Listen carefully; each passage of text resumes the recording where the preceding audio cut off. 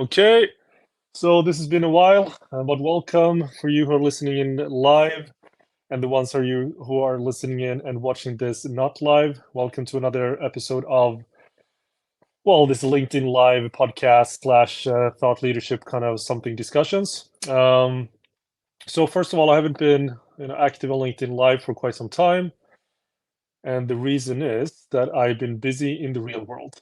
That and with sick kids a couple of weeks as well, it doesn't leave a lot of time for LinkedIn Live and every other thing that is not getting prioritized on a daily basis.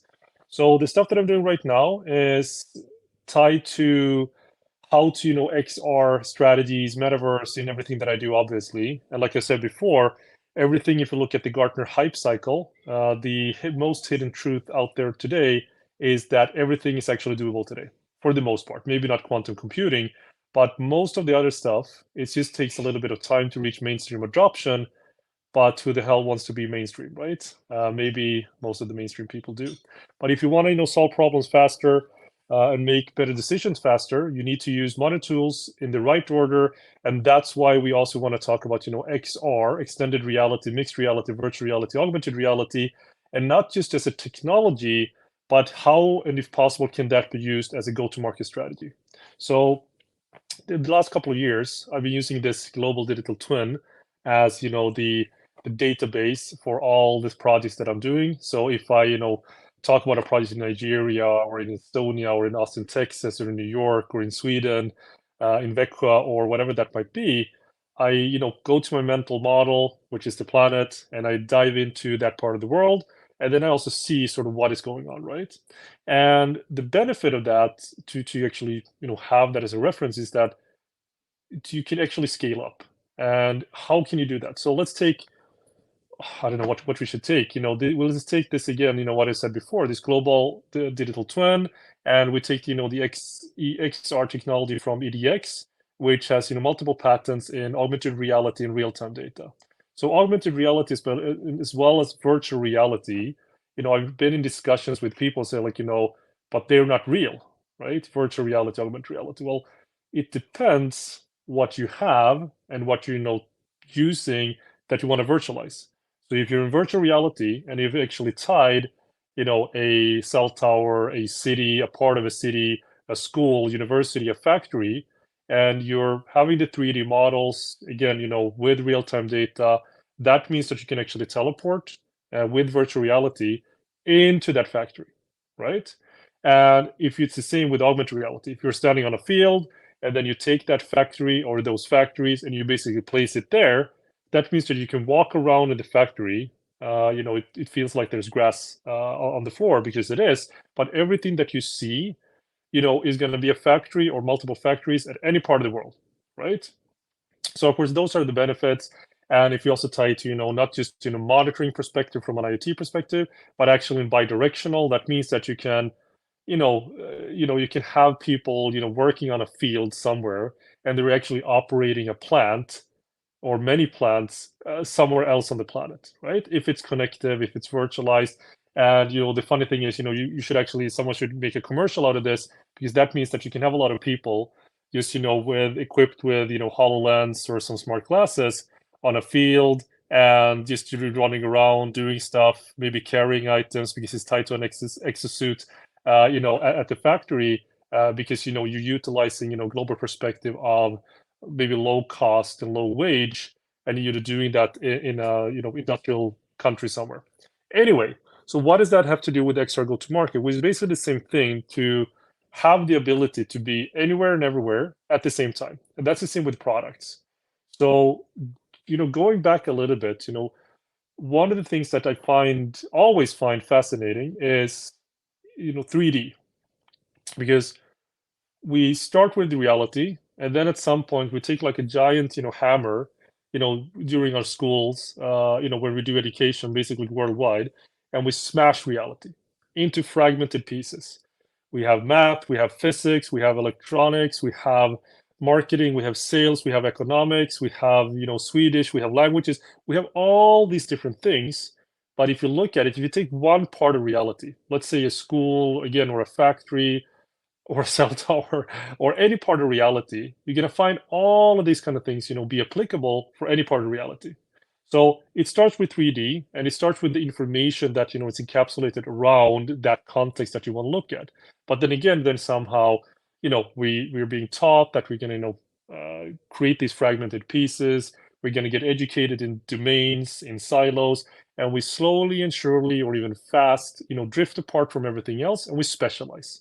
And the more specialized you are, most of the time, the more you know about your subject, but also the less you know about anything else and everything else. So that makes it really hard and to collaborate and communicate with others, because also the tools that we're using to collaborate and communicate are just inherent to that domain. So again, why is this important for an XR strategy? Well, if you want to ramp up with products, let's say an edge gateway, right? And let's say we want to, create a solution to the centralized, ways of working today, like the Web 2, right? So the Web 2 movement is all about, big giant corporations, dictating everything. And, a lot of people are saying like the Web 3 movement is also, haltered, or it's being, held hostage by the tools, not necessarily of our time, but of the past times. So whatever you want to build in terms of applications on top of, Google, Azure, Amazon Web Services, IBM, whatever that might be, again, it's tied to a company. And you see this with, blockchain initiatives, crypto, Ethereum, that if someone wants to, they can basically take the source and, to have a chokehold on it and basically cut it out, cut it dry, so that the source of the data and everything just, it's not decentralized. That's the point, right? It's not in the hands of the people. It is being centralized, and someone can actually, execute a lot of power to make it into the direction of government or someone that wants to do it for personal reason or whatever that might be. We can see Twitter that someone gets into buying it, and then that leaves it again not so much decentralized. So a lot of people right now are thinking about Web3, the next version of internet, the way that was supposed to be should be that no one can control it, maybe no one can own it, and we can utilize it to create better ways of working, new applications that are very decentralized, for people, by people, again with basically no control. So how would that actually look like? Well, if you would have an edge gateway and you have like really really modern compute, maybe something from Qualcomm that is going to power the smart glasses, and you utilize maybe a global vendor to help you out, scale this on top, everywhere, and you're tying it maybe to sensors and energy efficiency, so you get this out. You want to get out to everyone, right? You want to get out to everyone on the planet, including Brian here, because yeah, we should own it, right? We should drive it, we should own it, we should be able to influence it to some extent, and it shouldn't be in the hands of just one person or one company. So we want to get this out to the world. And so of course it has to be centralized. Maybe this is a decentralized autonomous organization that should run it, and not necessarily, private institutions. But how do you actually get it to, thousands, if not millions of people? This gateway that is going to, form this decentralized cloud that is going to be everywhere on the planet, that tied with, sensors and, standardization, all this kind of cool stuff, interoperability. How is that, going to get to market, not in, 1 year, 2 years, 3 years, 5 years, or 10 years, but actually, at the speed of thought, as fast as humanly possible? How can that be done? And I think this is where it becomes interesting, because a lot of companies out there that bring AI, new tools and technology to market, they focus a lot on the tech, but you can also have, like, of course, business models, digital business models, digital operating models, but they could and probably should also be influenced by the latest means of communication, which might mean XR, extended reality, augmented reality, virtual reality. Because right now what is going on is that most of the major telecom operators, they have a lack of average revenue per user. It's declining, and the amount of users is also declining. There's a lot of churn, and 5G hasn't held up its promise. It's basically like everyone is struggling or striving to find new ways of monetization, finding new users, and also of course open up other countries where we have 1 billion people without lack of connectivity. If you combine all of these kind of things, you want more connectivity, Maybe you want more decentralized cloud so we can build these future applications without no one, having the threat of them being, taken away from the market and all this kind of stuff. So, but you want to get this out, right?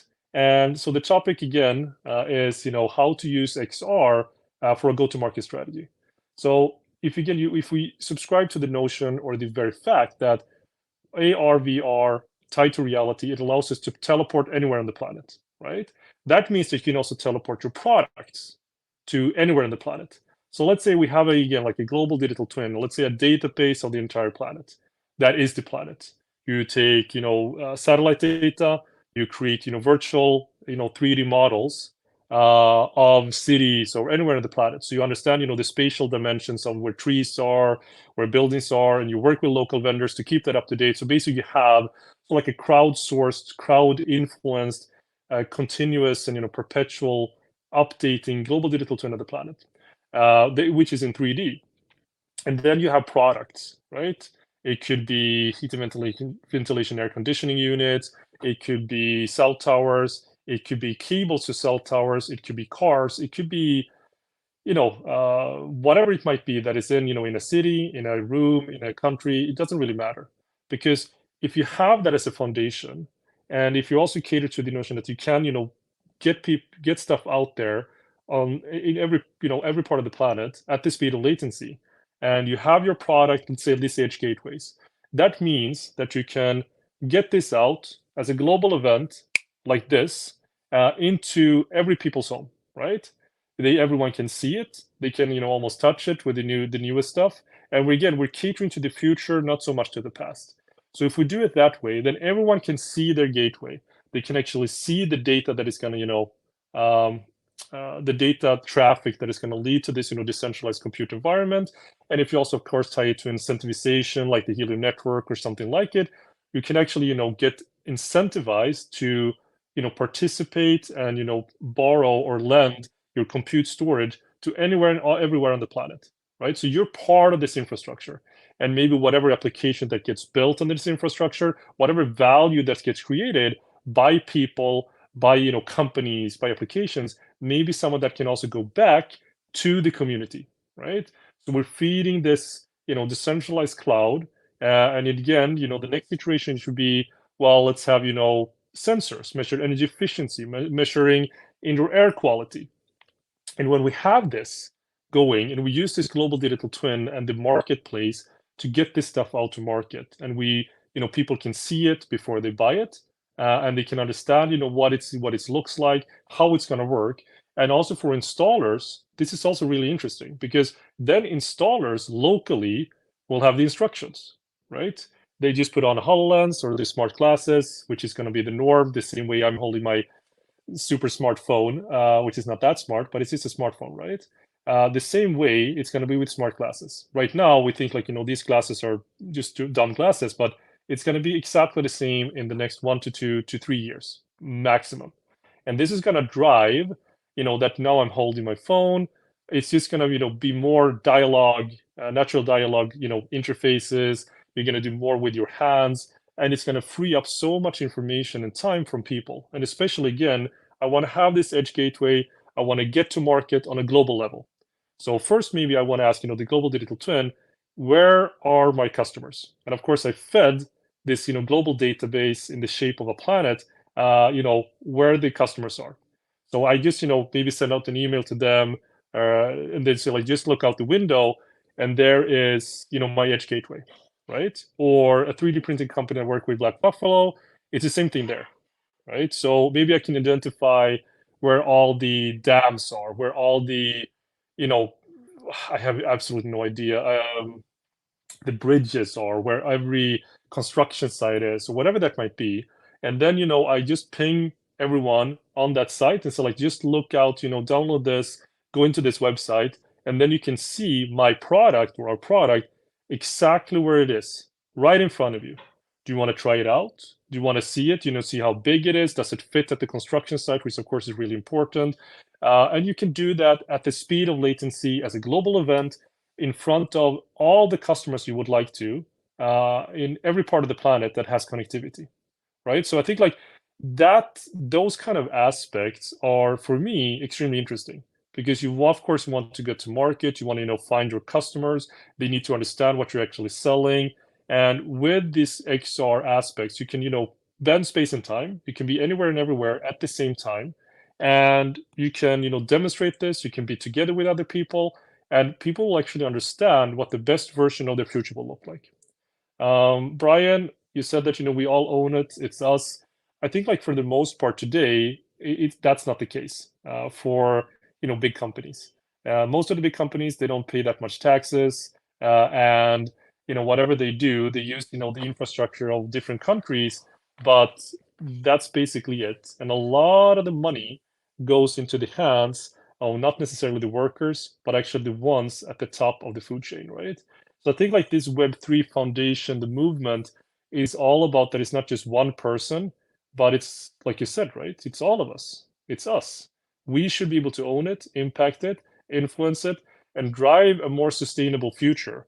And for me, how to get there, you need, of course, to use the modern tools, but you also need to use modern methodologies, right? I usually say use modern technologies used in the right order, but that's not it. It's modern business models, modern operating models, fueled and enabled by XR, by, of course, AI, by generative, AI intent and parametric design, etc., etc. What will we make of it? This decentralized cloud, we will make whatever we want of it, and no one can shut it down. And the rewards, again, will be more distributed in a more equitable way than I hope ever before. And I think like, with the real-time insight, which comes from also not just having compute storage all over the planet, but actually getting this real-time insight that is quality of nature. Let's take an example. So I have this, gateway. I have it in my home. I buy like a sensor package, and because it's edge native strategies, I own the data. I control the data.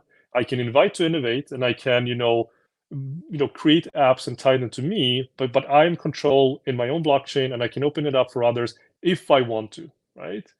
And let's say right now in Sweden or in Europe, the energy prices are skyrocketing. So I want to get help and insight in how I can manage my energy consumption. So I buy this gateway, maybe have a solar panel, I tie it to that one, and also to the meters, so I know I get the granular data from behind the meter, because that's also a problem with today's measurements and ESG reporting, that it's very opaque.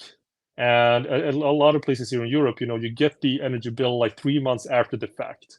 And a lot of it is wrong. And there's a lot of friction. It's definitely not real time. So it's very, very hard to influence behavior as well. So if you have this, again, I buy this gateway, I tie it to, meters, to sensors, and I basically get a smart home solution.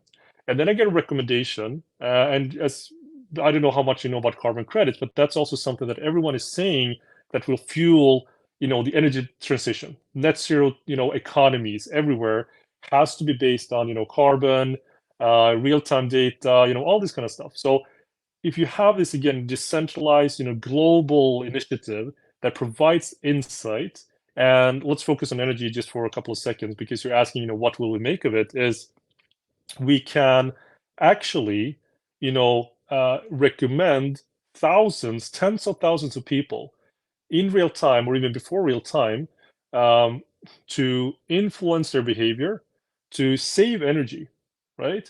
And the cool part is that if we also would, have a baseline and say like, okay, this is the energy consumption, the medium energy consumption, the mean energy consumption in this part of the world, tied to, local incentives or politics or policies, that this is sort of the norm. And then, of course, if you have enough data, you can actually, influence and say, this is what the energy consumption is in this area, and also, create new policies and make new policies based on actually having that real-time data that you didn't have before.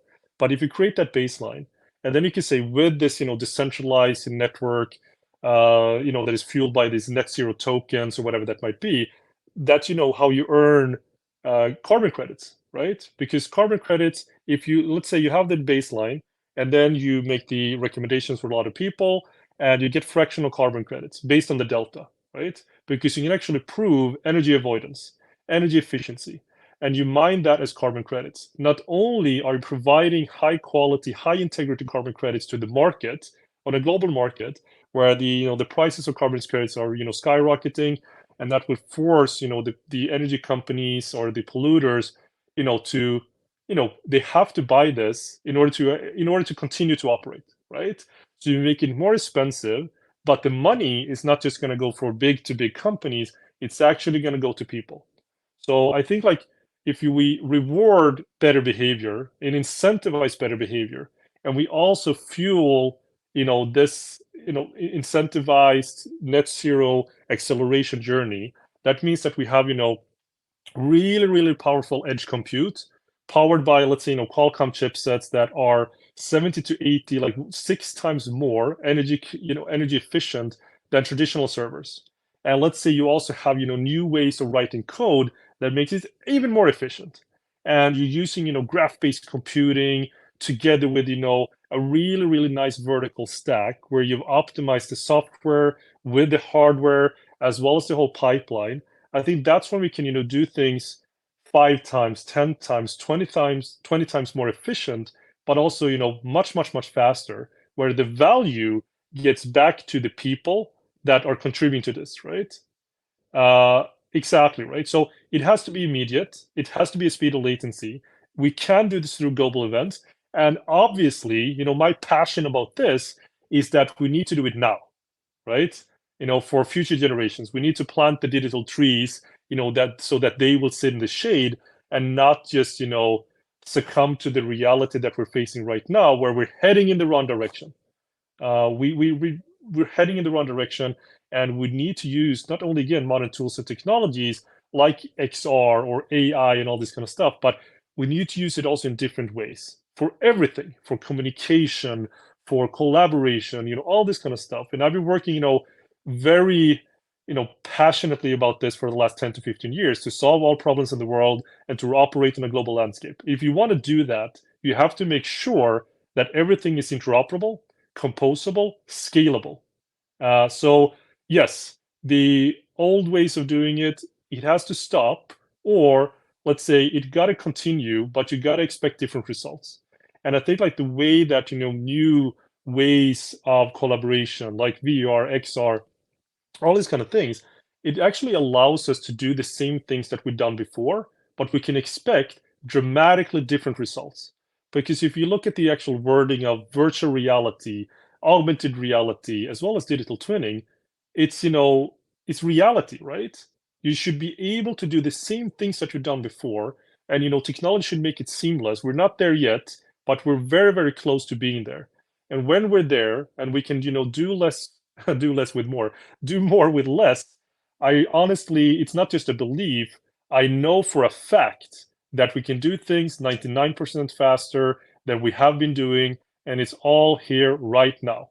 So this is, the power of, I think, like, XR strategies, to involve them in how to reach a global audience, how to create a dialogue with a global audience, not just, this traditional one-way communication, but how can we actually get that stuff done? And the reason why I know a lot about this is because we're actually taking this to market, right? I'm doing all of this today.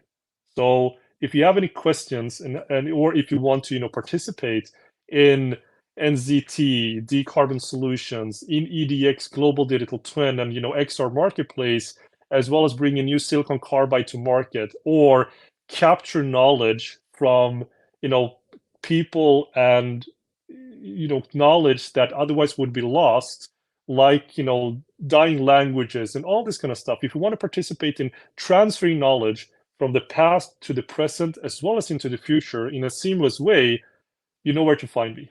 So thank you so much, Brian. It's been a pleasure to talking to you virtually, and I hope that you learned something. And if you have any questions or comments, you disagree, you agree, you want to know more, everything, just reach out to me, because all the stuff that I taught you today, it incorporates blockchain, crypto, AI, machine learning, XR technologies, parametric generative design intent, graph-based computing, advanced materials research, as well as new ways of collaborating based on Jet Propulsion Laboratory, what they did back in the day. in how to do extreme collaboration. And for a fact, I know that we can do things at least 99 times faster, 99% times faster that we are doing it today.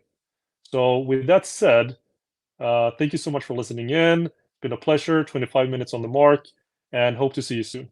Thank you so much.